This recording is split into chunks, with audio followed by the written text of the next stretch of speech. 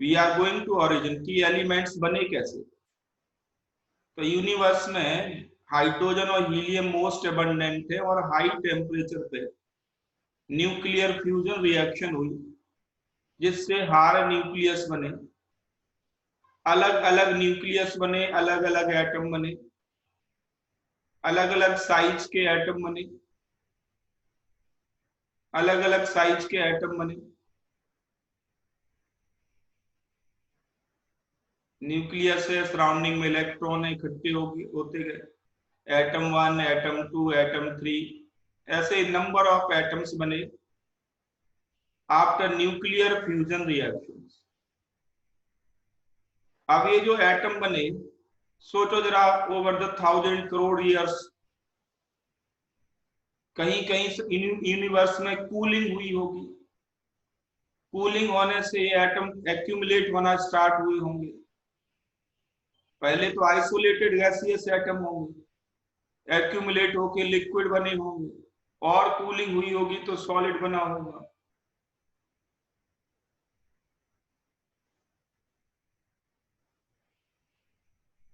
और कूलिंग हुई तो सॉलिड बना होगा। अब जरा सोचिए अपने आप कि टेम्परेचर कम होता गया तो आइसोलेटेड एटम पहले लिक्विड में आया, फिर सॉलिड में आया। अब ये किस कंडीशन में सॉलिडिफाई हो रहा है, ये पी एंड टी डिसाइड करेगा। किस कंडीशन में सॉलिडिफाई हो रहा है और किस डेंसिटी का सॉलिड बन रहा है। न्यूक्लियस के एज के अर्थ के कोर के पास है या कोर से दूर है। जनरल ऑब्जर्वेशन ये है, अगर अर्थ के कंपोजिशन को देखें, इन जनरल बात कर रहा हूं, तो जैसे जैसे आप कोर की ओर बढ़ते जाएंगे आपको ज्यादा डेंस एलिमेंट मिलेंगे, कोर पे ज्यादा डेंसिटी वाले मिलेंगे, और जैसे जैसे ऊपर आएंगे कम डेंसिटी वाले मिलेंगे, और बाहर आएंगे तो गैस मिलेगी जिसकी डेंसिटी और कम, एयर और गैसेस। तो अर्थ की कोर के पास ज्यादा डेंस। तो जब इन एटम की पैकिंग होती है तो उस वक्त की कंडीशंस क्या है, उस एलिमेंट की पैकिंग में।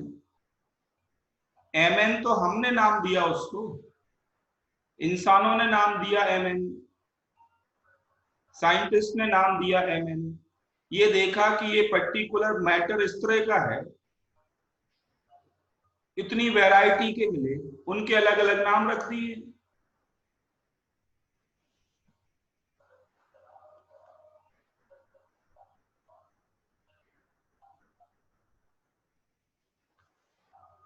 हमने अर्थ को स्टडी किया, अर्थ के अंदर केमिकल्स को खोजा, रिसर्च की, डिस्कवरी की कहाँ क्या है,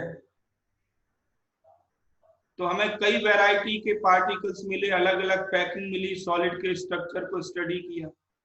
एमएन तो हमने अपना नाम दे दिया ना, कि भाई ये पैकिंग को एमएन कह देंगे, इस पैकिंग को गोल्ड कह देंगे, इस पैकिंग को क्रोमियम कहेंगे, इस पैकिंग को आयरन कहेंगे। ये जो सिंबल्स दिए, नेम दिए, ये तो हमने अपनी सुटेबिलिटी के अकॉर्डिंग दिए ना। कितनी वैरायटी की मेटल्स अर्थ के अंदर हैं, मेटल नेम भी हमने अपने आप दिया। गॉड ने तो सब्सटेंस बना दिया, नेचुरली सब्सटेंस बन गया। मेटल नॉन मेटल तो हमने क्लासिफाई किया ना, कि भाई इन प्रॉपर्टीज वाले एलिमेंट को मेटल कहेंगे, इन प्रॉपर्टीज वाले एलिमेंट को नॉन मेटल कहेंगे। ये तो हमारी सुटेबिलिटी से क्लासिफिकेशन हुआ ना, गॉड ने तो मैटर बना के दे दिया। एमएन तो हमने दिया ना नाम उसको। मान लीजिए हर्षित साइंटिस्ट होता, डिस्कवरी कर रहा होता, नहीं मुझे एमएन नाम नहीं देना, मुझे तो ऐसे एचआर नाम देना। एचआर मतलब हर्षित।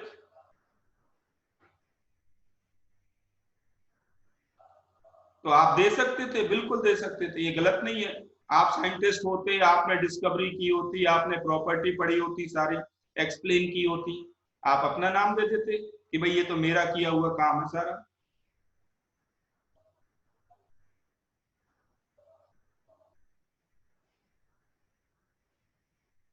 तो जो ये पैकिंग हुई, किन कंडीशंस में पैकिंग हुई, फास्ट पैकिंग हुई या स्लो पैकिंग हुई? जितनी फास्ट पैकिंग होगी उतना ही ज्यादा डिफेक्टेड सॉलिड होगा। फास्ट पैकिंग अगर होती है तो डिफेक्ट ज्यादा आते हैं, क्योंकि रेगुलर पैकिंग के चांस कम हो जाएंगे। परफेक्ट सॉलिड कब मिलेगा? क्रिस्टलाइन सॉलिड कब मिलेगा? यूनिवर्सल ऑर्डर्ड सॉलिड कब मिलेगा? जब इनफाइनाइटली स्लो पैकिंग हो। इनफाइनाइटली स्लो पैकिंग हो।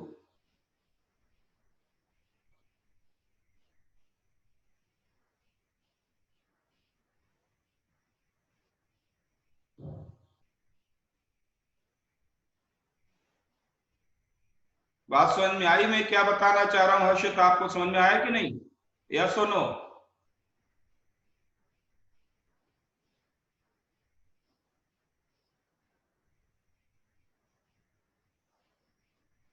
तो आपसे कोई नहीं पूछेगा कि एमएन ऐसा क्यों है या क्रोमियम ऐसा क्यों है, ये प्रॉब्लम कोई पूछ ही नहीं सकता। ये तो गॉड ही बता सकते हैं कि ऐसा क्यों है, इंसान तो बता नहीं सकते। इंसान तो वो एमएन है उसको स्टडी कर सकते हैं कि ये है।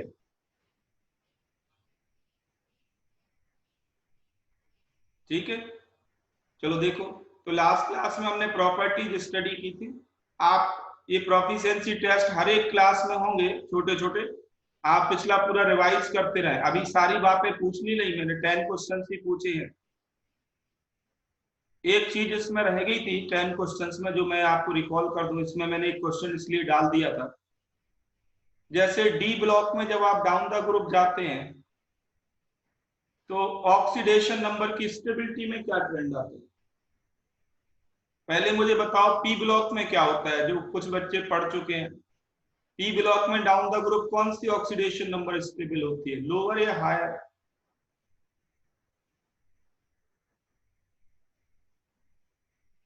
तो पी ब्लॉक में down the group lower oxidation number stable होती है।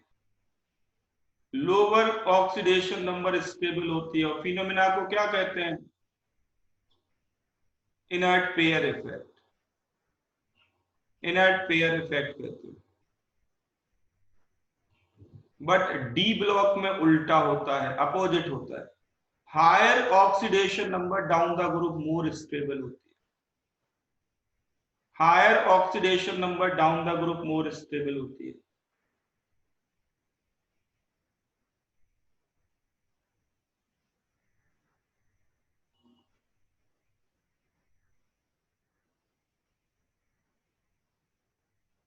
एक और अपोजिट बिहेवियर है, आप पढ़ चुके हैं पीरियोडिक टेबल में, metallic nature down the group. आपको मालूम है एस एंड पी ब्लॉक में क्या होता है down the group? S and p block में down the group metallic character increase करता है। But in d block metallic character down the group decrease करता है।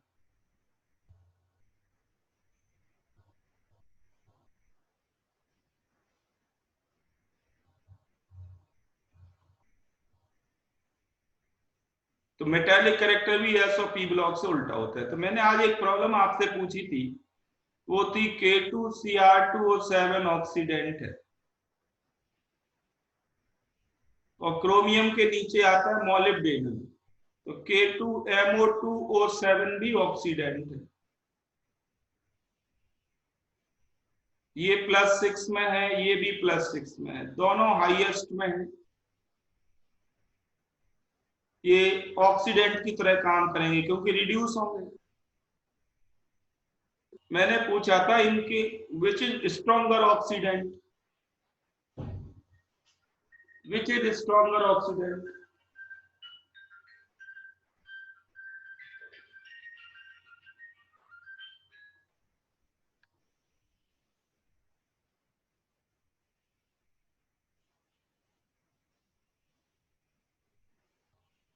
बोलो।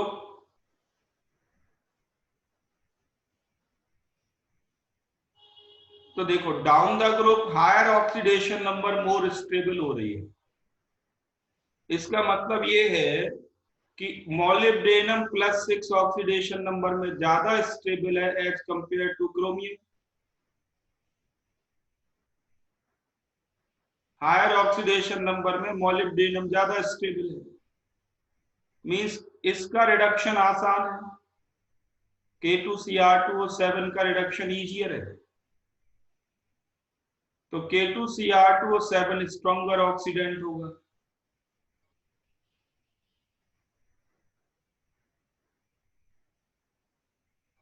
K2Cr2O7 स्ट्रॉन्गर ऑक्सीडेंट होगा। तो अभी तो बहुत सारे क्वेश्चंस हैं, डेली आपको 10 to 15 क्वेश्चंस देंगे। आप पिछला पूरा पढ़ते रहे लगातार, सारा आपकी नोटबुक में लिखा है, ठीक है। नेक्स्ट लिखो, हमने जनरल प्रॉपर्टी की बात कर ली थी लास्ट क्लास में, जनरल प्रॉपर्टीज की बात की थी हमने लास्ट क्लास में। अब हम बात कर रहे हैं एलिमेंटल एनालिसिस हर एक एलिमेंट का। तो आपको स्कैंडियम के बारे में तो पढ़ना नहीं,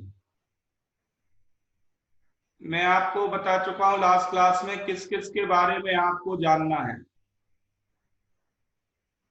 क्रोमियम, एमएन, आयरन, कोबाल्ट, निकल, कॉपर, जिंक। आपसे स्कैंडियम के बारे में क्वेश्चंस नहीं पूछे जाते। वेनेडियम की बहुत लिमिटेड नॉलेज चाहिए आपको। टाइटेनियम के बारे में फ्रीक्वेंटली आते हैं, और बाकी ये तो है ही है, ये तो प्रैक्टिकल्स में भी हैं सारे, ये आपके प्रैक्टिकल्स में है सारे इनके आयंस।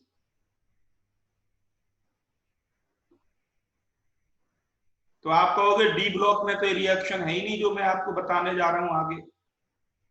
तो डी ब्लॉक में एनसीईआरटी में नहीं दी गई, बट ये प्रैक्टिकल का पार्ट है, तो क्वेश्चंस आते हैं, कंप्रिहेंशंस लगातार आते हैं। तो लिखो सबसे पहले टाइटेनियम। टाइटेनियम आयन प्रैक्टिकल में तो नहीं है, बट टाइटेनियम मेटल के बारे में क्वेश्चंस आते रहते। टाइटेनियम, डी ब्लॉक की टाइटेनियम मेटल को कहते हैं वंडर मेटल। वंडर,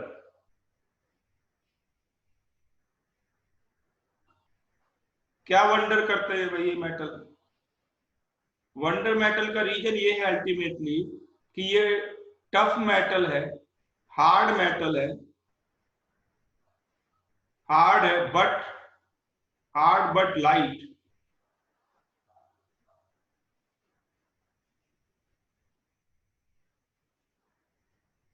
यही प्रॉपर्टी एल्यूमिनियम में भी होती है। एल्यूमिनियम भी हार्ड है बट लाइट है। तो एल्यूमिनियम को तो यूज करते हैं एयरक्राफ्ट बनाने में। एल्यूमिनियम थोड़ा सस्ता पड़ता है, टाइटेनियम उससे भी महंगा पड़ता है। तो टाइटेनियम का भी यूज होता है एयरक्राफ्ट की बॉडी बनाने में, एयरक्राफ्ट। और अगर टाइटेनियम यूज करें तो वो एयरक्राफ्ट और स्ट्रांग होगा, क्योंकि ये एल्यूमिनियम से भी टफ मेटल है, तो वो एयरक्राफ्ट थोड़ा महंगा पड़ जाएगा। इसको वंडर मेटल क्यों कहते हैं, मैं उसकी बात कर रहा हूं। इसकी यूटिलिटी बहुत ज्यादा है, यूटिलिटी।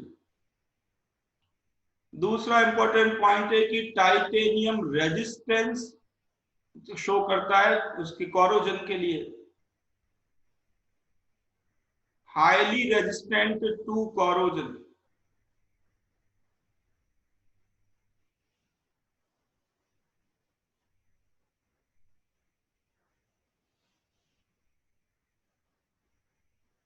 रीजन इसका है इसके सरफेस पे ऑक्साइड की प्रोटेक्टिव लेयर का होना।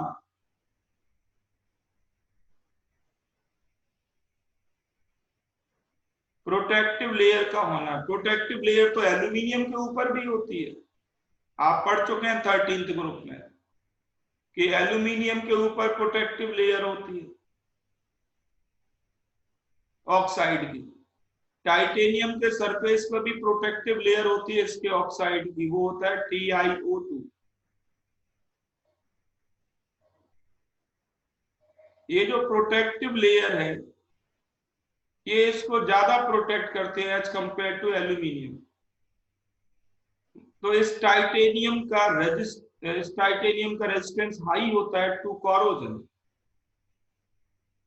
मतलब टाइटेनियम को वाटर के कांटेक्ट में डाल दो, ये कोरोड नहीं होता है, ऐसे मान लीजिए प्रैक्टिकली सैकड़ों सालों तक, मैनी 100 years इनफैक्ट, कोरोड नहीं होता।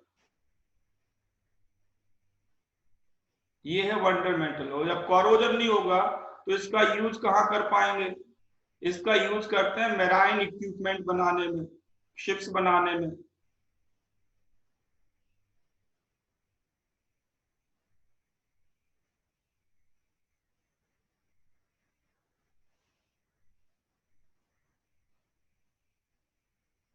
टरबाइन इंजन्स बनाने में, जहां हाइड्रो इलेक्ट्रिसिटी प्रोड्यूस करते हैं,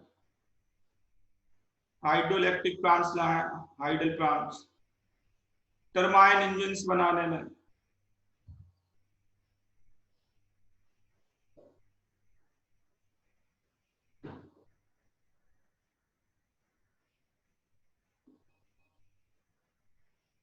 और इवन हमारी बॉडी के अंदर भी इसको इंसर्ट किया जाता है, हिप और नी रिप्लेसमेंट में। घुटनों को आप बदलवाएं तो टाइटेनियम मेटल का यूज करते हैं। इसकी बनी हुई इवन मेडिसिन का भी यूज होता है।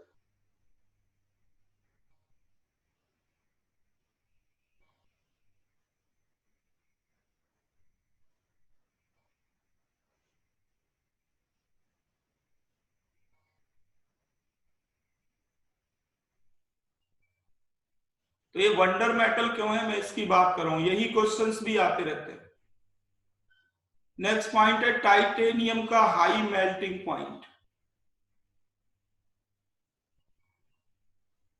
High melting point,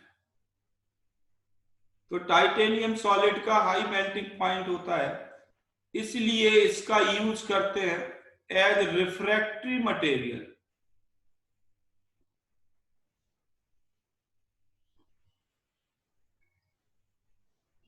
as refractory material.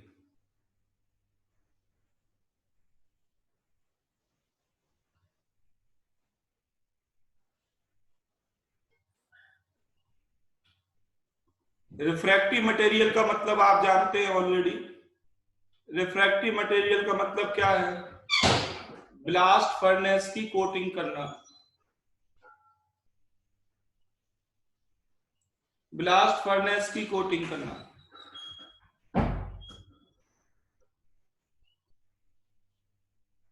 Inner wall की कोटिंग।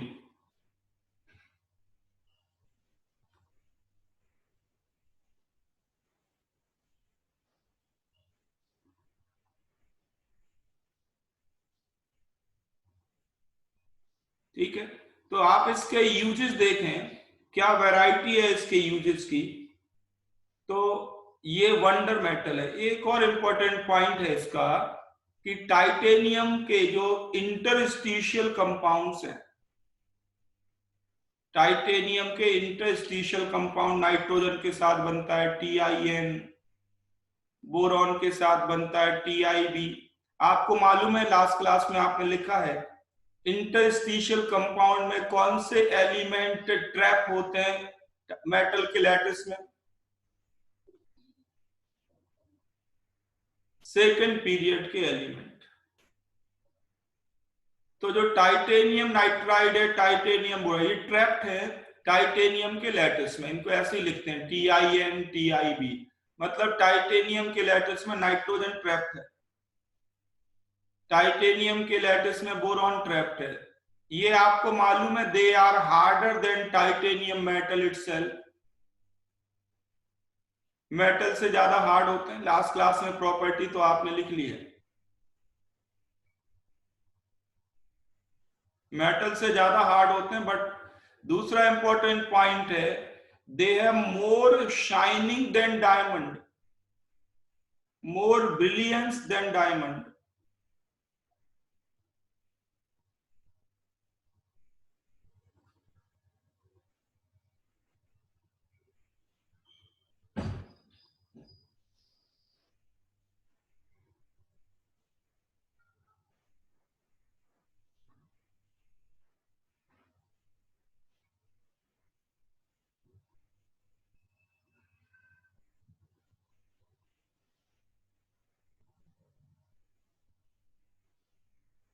ठीक है, तो मोर ब्रिलियंस, नहीं नहीं ये कंफ्यूज हो गया मैं, यहाँ ये नहीं, ब्रिलियंस ये नहीं, इसकी नहीं होती, ऑक्साइड की होती है, ये तो हार्डर है, ऑक्साइड मोर ब्रिलियंट होता है, ये मैंने गलत कर दिया, करेक्शन करो, ये हार्डर होते हैं, ऑक्साइड है मोर ब्रिलियंट या मोर शाइनिंग देन डायमंड।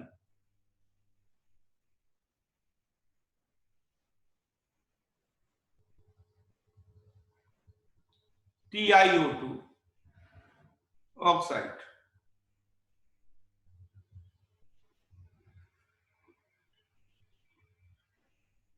ये करेक्शन कर लो, ये इंटरस्टिशियल कंपाउंड में नाइट्रोजन और बोरॉन के साथ नहीं, TiO2 होता है।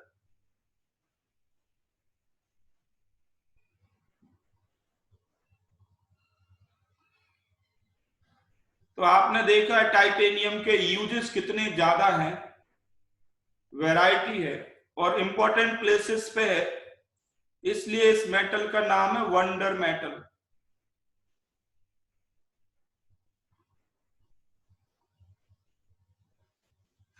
Wonder metal. बट अगर हम इसके अकरेंस की बात करें, अकरेंस की, तो in nature titanium free form में नहीं मिलता, टाइटेनियम फ्री फॉर्म में नहीं मिलता, क्योंकि नाइट्रोजन से, ऑक्सीजन से, हेलोजन से, हाइड्रोजन से इसकी रिएक्शन हो जाती है, तो टाइटेनियम आपको फ्री फॉर्म में नहीं मिलता। फ्री फॉर्म में तो वही मिलेगा जो रिएक्ट नहीं करेगा, जो इनर्ट मेटल होगी। इनर्ट कहना तो बेइज्जती है, नोबल मेटल होगी, नोबल कहें तो ज्यादा अच्छा है।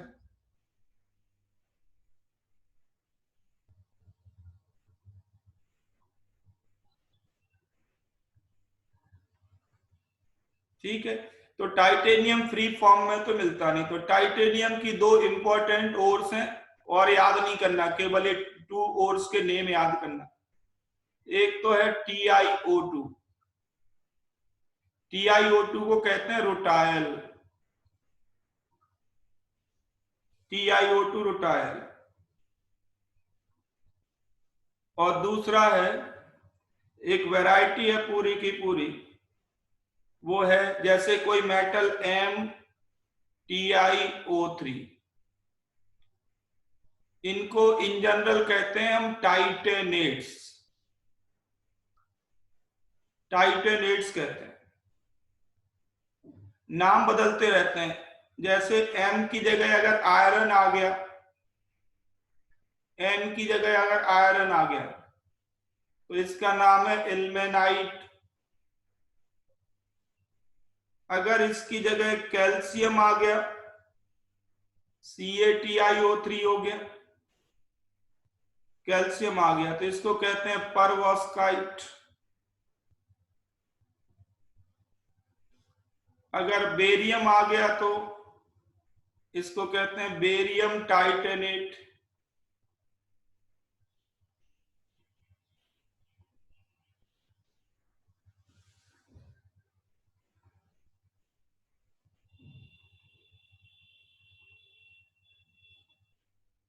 कंसेप्चुअली अगर आप इनको ध्यान से देखें तो हैं क्या ये, इनफैक्ट ये रोटाइल से ही आगे बने हैं, ये मिक्स्ड ऑक्साइड टाइप है, MO एंड TiO2, ये मिक्स्ड ऑक्साइड टाइप है टाइटेनेट्स, इनमें भी रोटाइल ही है बट दूसरे ऑक्साइड के साथ मिक्सिंग हो गई है।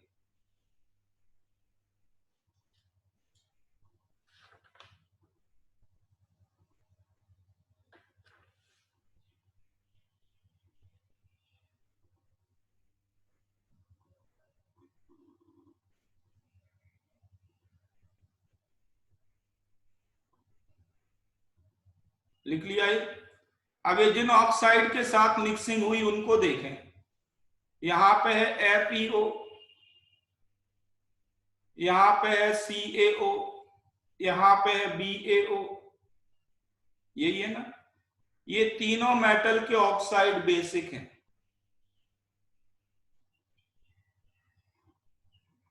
तो आप समझ गए होंगे कि ये टाइटेनियम का ऑक्साइड कैसा होगा।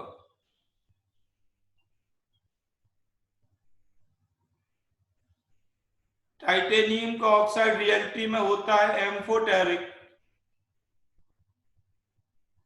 बट इसमें एसिडिक करेक्टर डोमिनेट करता है, मोर एसिडिक देन बेसिक। आप ये जानते हैं कि जब किसी ऑक्साइड में मेटल की ऑक्सीडेशन नंबर हाईएस्ट हो, मेटल की ऑक्सीडेशन नंबर हाईएस्ट हो, तो उसमें एसिडिक करेक्टर ज्यादा होता है। तो TiO2 में एसिडिक करेक्टर ज्यादा है। तो इन सारे बेसिक ऑक्साइड से कंबाइन करके ये मिक्स्ड ऑक्साइड बनते हैं। इन जनरल इनको टाइटेनेट्स कहते हैं। टाइटेनेट्स की इंपॉर्टेंस क्या है? ये सारे के सारे टाइटेनेट्स फेरो इलेक्ट्रिक क्रिस्टल्स होते हैं, फेरो इलेक्ट्रिक क्रिस्टल्स।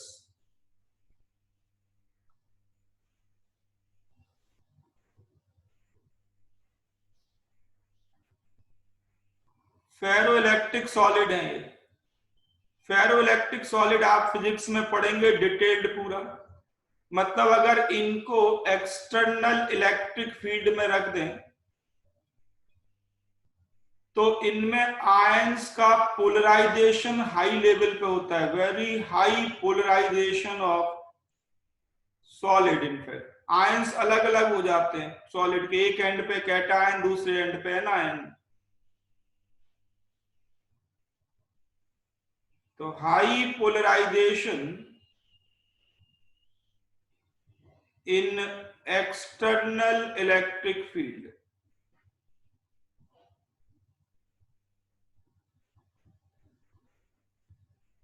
पोलराइजेशन मतलब आयन का separation, alignment of cation and anion.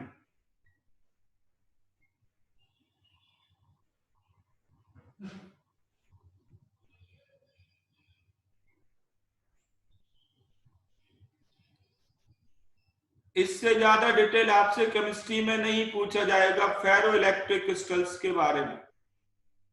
ये फिजिक्स में जब आप पढ़ेंगे magnetism and matter, even dielectric constant, वहां भी ये सारी बातें आएंगी। पोलराइजेशन कैसे होता है, ये पोलराइजेशन पूरा कंसेप्ट आएगा फिजिक्स में।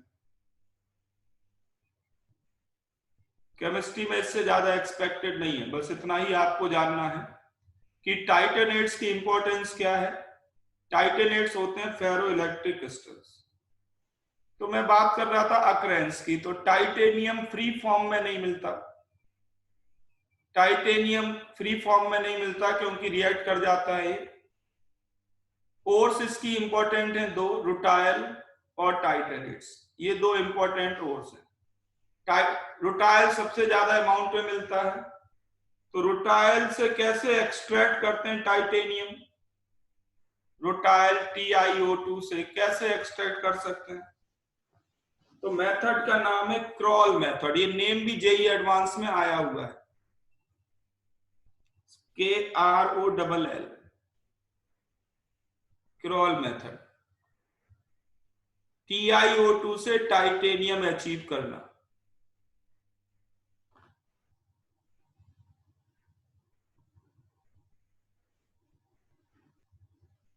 बिल्कुल सिंपल है। TiO2 की रिएक्शन हेलोजन के साथ कराओ in presence of Coke. In presence of Coke इसकी हीटिंग कर दो तो कार्बन मोनोऑक्साइड गैस एलिमिनेट हो जाएगी और TiCl4 नाम का लिक्विड मिलेगा आपको। ये वोलेटाइल लिक्विड होता है।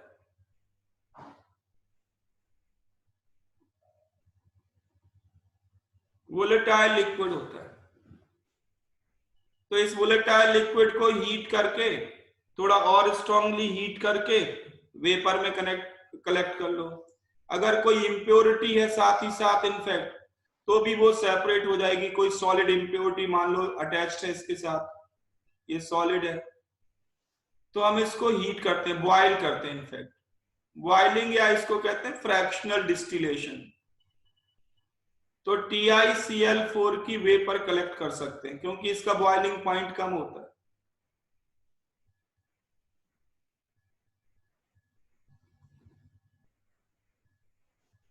तो फ्रैक्शनल डिस्टिलेशन कर लो या फिर बॉयल करके वेपर्स कलेक्ट कर लेते हैं। TiCl4 की वेपर कलेक्ट कर ली, वेपर को फिर रिड्यूस कर लो। इसको रिड्यूस करने के लिए या तो Mg का यूज करते हैं या फिर सोडियम का यूज करते हैं, तो टाइटेनियम मिल जाएगा आपको।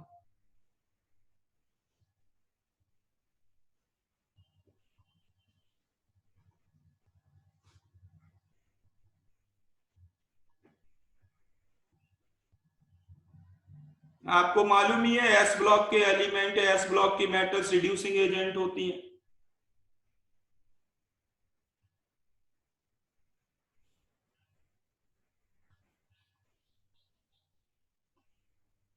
तो आपको टाइटेनियम मिलेगा।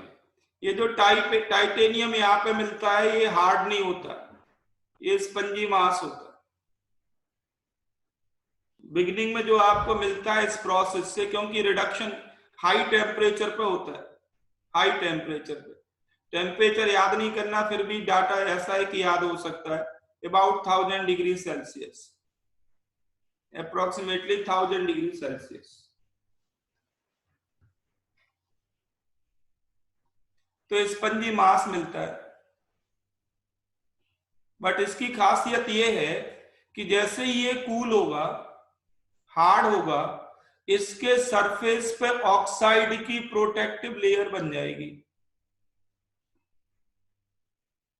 ये इस टाइटेनियम की खासियत है, और इस प्रोटेक्टिव लेयर की वजह से ही ये कोरोड नहीं हो पाता।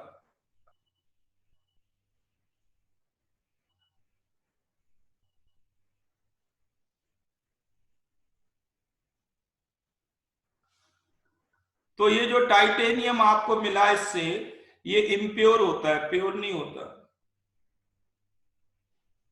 अब इसको प्योर कैसे करते हैं, तो ये मेटलर्जी चैप्टर में भी है, आपके बोर्ड एग्जाम में भी आएगा, यहां लिख लो आप, वहां दोबारा टाइम नहीं लगाएंगे मेटलर्जी चैप्टर में।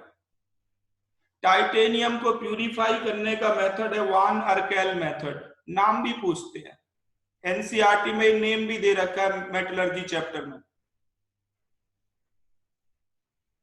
वान अर्केल मेथड। एनसीईआरटी लाए हैं तो देख लें आप, मेटलर्जी चैप्टर देखें, जल्दी करो।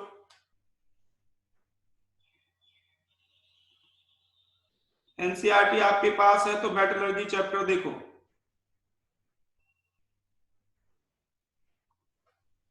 Page number 160, page number 160।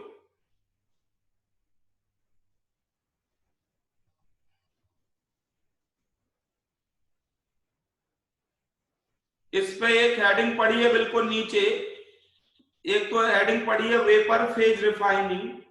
Vapour phase refining में आप नीचे देखते जाए तो लिखा हुआ है वान अर्केल मेथड फॉर रिफाइनिंग जर्कोनियम और टाइटेनियम।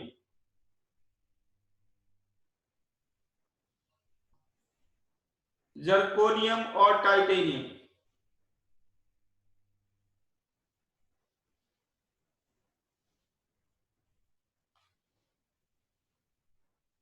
मिल गया आप सबको, पेज नंबर 160। तो तरीका क्या है टाइटेनियम को प्यूरिफाई करने का? टाइटेनियम को प्यूरिफाई करने का तरीका यह है कि टाइटेनियम को पहले वोलेटाइल सॉलिड में कन्वर्ट करते हैं, वोलेटाइल कंपाउंड में, सॉरी, वोलेटाइल कंपाउंड में। तो TiI4 की वेपर्स बना लेते हैं। अब इस टाइटेनियम सॉलिड के साथ जो भी इंप्योरिटी होंगी वो अलग हो जाएंगे, सॉलिड इंप्योरिटी अलग हो जाएगी, TiI4 बन जाएगा वोलेटाइल कंपाउंड। और इस वोलेटाइल कंपाउंड को टंगस्टन वायर के कांटेक्ट में लाते हैं, टंगस्टन वायर के कांटेक्ट में लाते हैं और हीट करते हैं अबाउट 1800 केल्विन तक।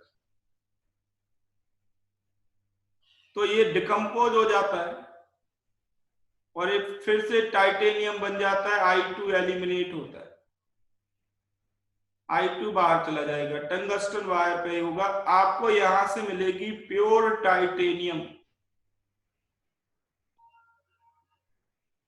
इस रिफाइनिंग मेथड का नाम है vapour phase refining, vapour phase refining.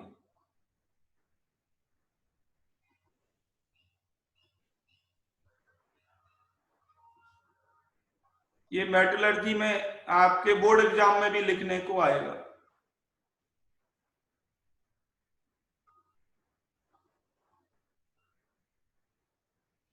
तो सॉलिड इम्प्योरिटी अलग कर दी आपने, तो why we call it vapour phase refining, क्योंकि जो इम्प्योर टाइटेनियम है सॉलिड फेज में, उसको पहले हम वेपर में ले गए, वेपर कलेक्ट करके और स्ट्रॉन्ग हीटिंग करके डिकम्पोज कर दी,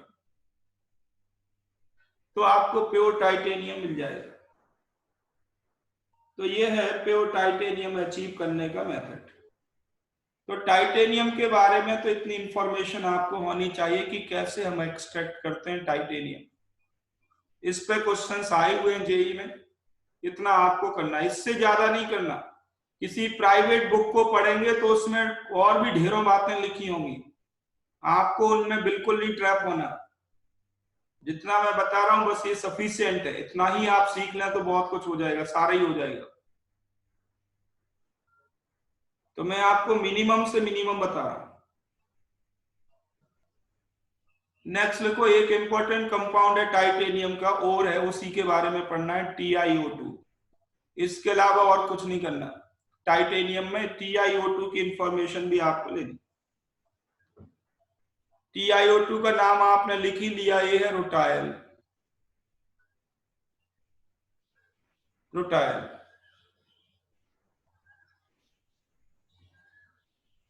ठीक है, ये टाइप यूज कहां होता है तो लिख लें, पेंट्स में यूज होता है।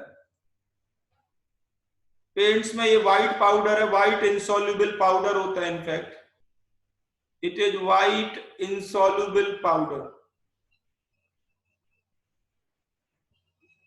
तो इसको पेंट्स में मिलाया जाता है।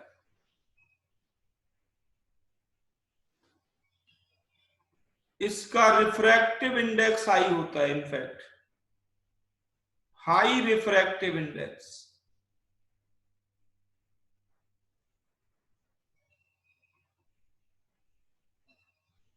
It has more brilliance than diamond,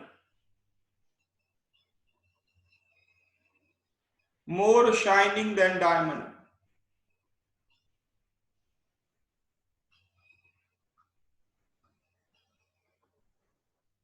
More shining than diamond.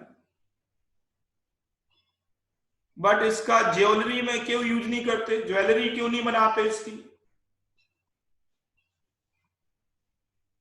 Diamond की तो ज्वेलरी बनाते हैं,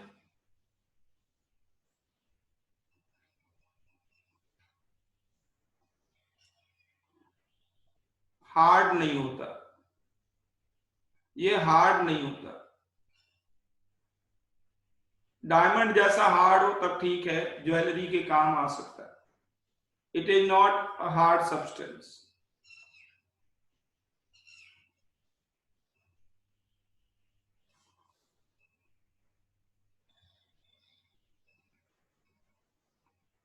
ठीक है, ध्यान देना, TiO2 इंटरस्टिशियल कंपाउंड नहीं है, वो तो हार्ड होते हैं। It is the ore of titanium, ore of titanium.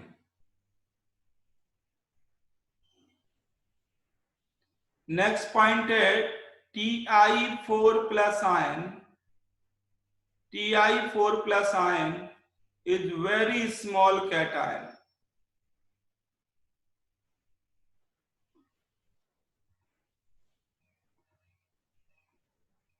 आप खुद ही सोचो, 4+ चार्ज कितना स्मॉल होगा?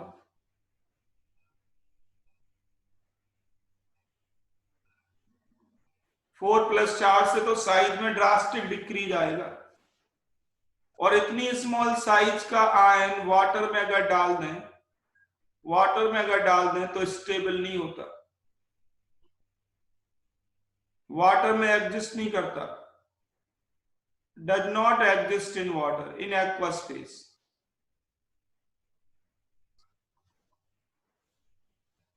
आप बताओ क्या फ्री H+ आयन वाटर में मिलता है? यस और नो?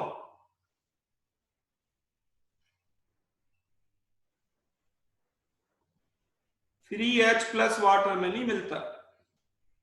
क्या मिलता है फिर? ये मिलता है H3O+ फॉर्म में, और भी आगे बढ़ सकता है, पर H3O+ मेजर ये फॉर्म मिलती है, क्योंकि H+ आयन की साइज बहुत कम है। तो वाटर मॉलिक्यूल इससे मिल इतना क्लोज आते हैं कि उससे ऐसे लगता है रिएक्ट करके बॉन्ड ही बना लिया, बॉन्ड ही बना लेते हैं। और यहां तो चार्ज 4+ है, साइज भी स्मॉल है, चार्ज भी 4+ है, तो ये वाटर में तो एग्जिस्ट करेगा नहीं सीधा सीधा, पर वाटर में डाल दें तो मिलेगा क्या? वाटर में डालने से आपको मिलते हैं oxo cation, hydroxy cation, TiO2+ मिलता है, TiO2+ मिलता है। TiOH, O की जगह 2 OH ले सकते हैं, 2+, ये आयन मिलते हैं, oxo cation, hydroxy titanium cation. ध्यान देना टाइटेनियम के ऑक्सीडेशन नंबर +4 ही है,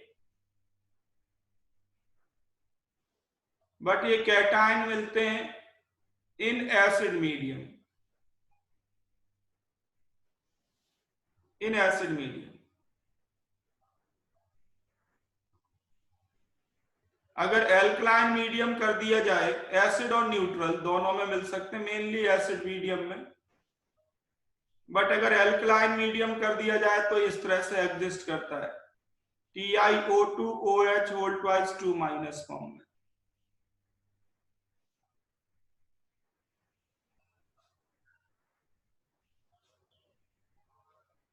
इन एल्कलाइन मीडियम, ये ध्यान देना ये ऑक्साइड आयन है, O होल ट्वाइस, ऐसे लिखो क्लैरिटी रहेगी। टाइटेनियम के ऑक्सीडेशन नंबर +4 ही है,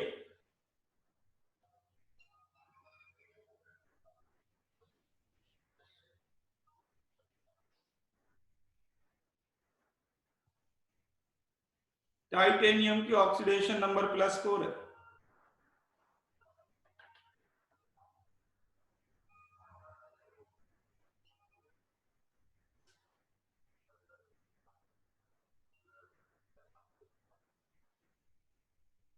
लिख लिया आप सबने? तो टाइटेनियम +4 आयन वाटर में एग्जिस्ट नहीं करता। तो इतनी इंफॉर्मेशन आपको TiO2 के बारे में जाननी है, इससे ज्यादा नहीं जानना,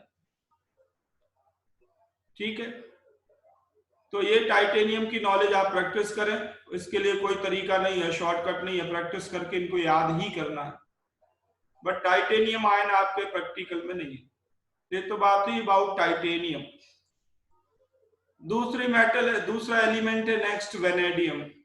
वेनेडियम की भी बहुत ही स्मॉल इंफॉर्मेशन आपको मैं दूंगा, जो आपसे कभी कभी रैंडम क्वेश्चन आ जाते हैं। वेनेडियम, वेनेडियम के रैंडम क्वेश्चंस आते हैं, वो क्या है देखें, एक एक करके लिख लें सबसे पहले तो कि इसका यूज क्या है। तो इसका यूज करते हैं एलॉय में, एलॉय के साथ वेनेडियम को मिला देते हैं। क्यों मिला देते हैं वेनेडियम को? To increase ductile nature, to increase tensile strength. Ductile या डक्टिलिटी बढ़ाने में, टेंसाइल स्ट्रेंथ बढ़ाने में वेनेडियम का यूज किया जाता है, एलॉय की टेंसाइल स्ट्रेंथ बढ़ाने के लिए।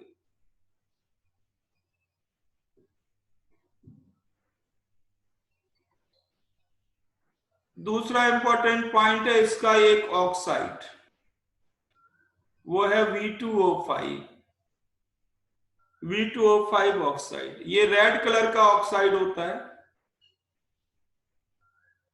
बट ये कैटालिस्ट के फॉर्म में यूज होता है। कहाँ यूज होता है बताओ? कॉन्टैक्ट प्रोसेस में।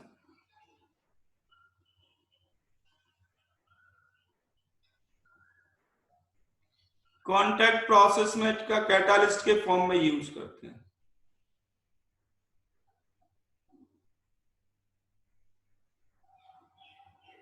ठीक है,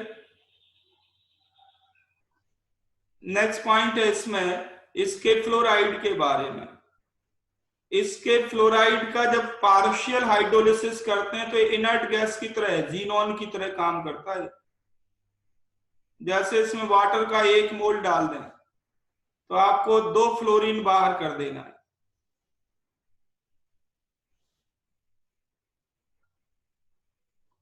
अगर इसमें 2 मोल डाल दें तो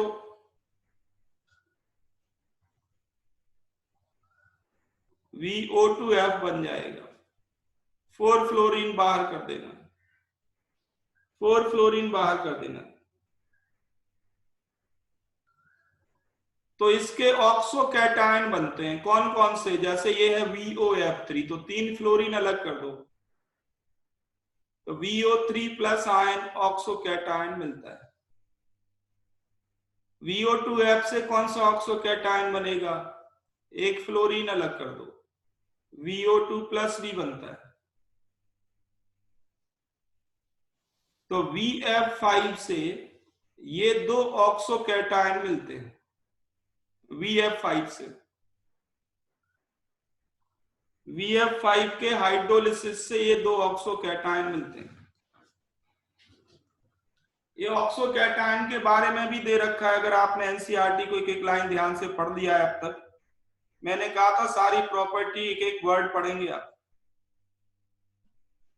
मैं बता देता हूं, अभी नहीं पढ़ा तो आप पढ़ लेना।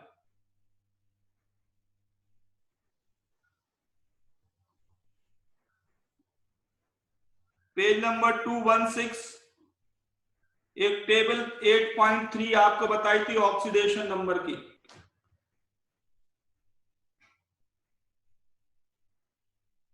ऑक्सीडेशन नंबर की टेबल 8.3 देखें, एनसीईआरटी बुक देखते रहें। उसके नीचे जो पैराग्राफ लिखा हुआ है उसमें लिखा है वेनेडियम का एक ऑक्साइड लिखा है VO2 प्लस आयन।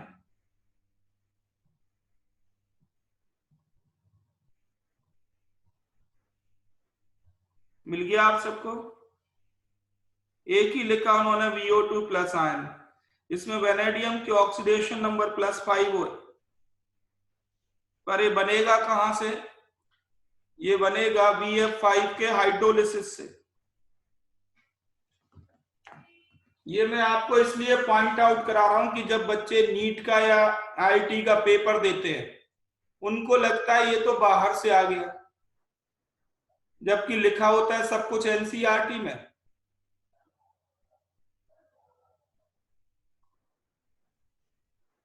एनसीईआरटी को जो एक एक वर्ड पढ़ता है उसे लगेगा कि पूरा पेपर एनसीईआरटी से आया हुआ है। ऑलमोस्ट पेपर एनसीईआरटी से होता है, एक आध क्वेश्चन हो सकता है बाहर से हो, पर एनसीईआरटी के कंसेप्ट से उसको भी कर सकते हैं।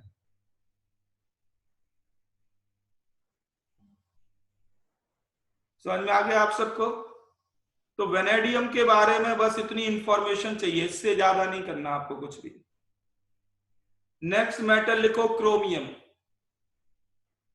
Next metal chromium. यहां से प्रैक्टिकल भी स्टार्ट होंगे।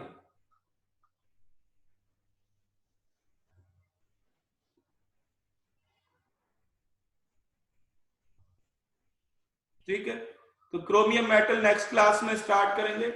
आप इतना प्रैक्टिस करें, पिछला सारा प्रैक्टिस कर लें। टेस्ट लगातार आपके चलते रहेंगे और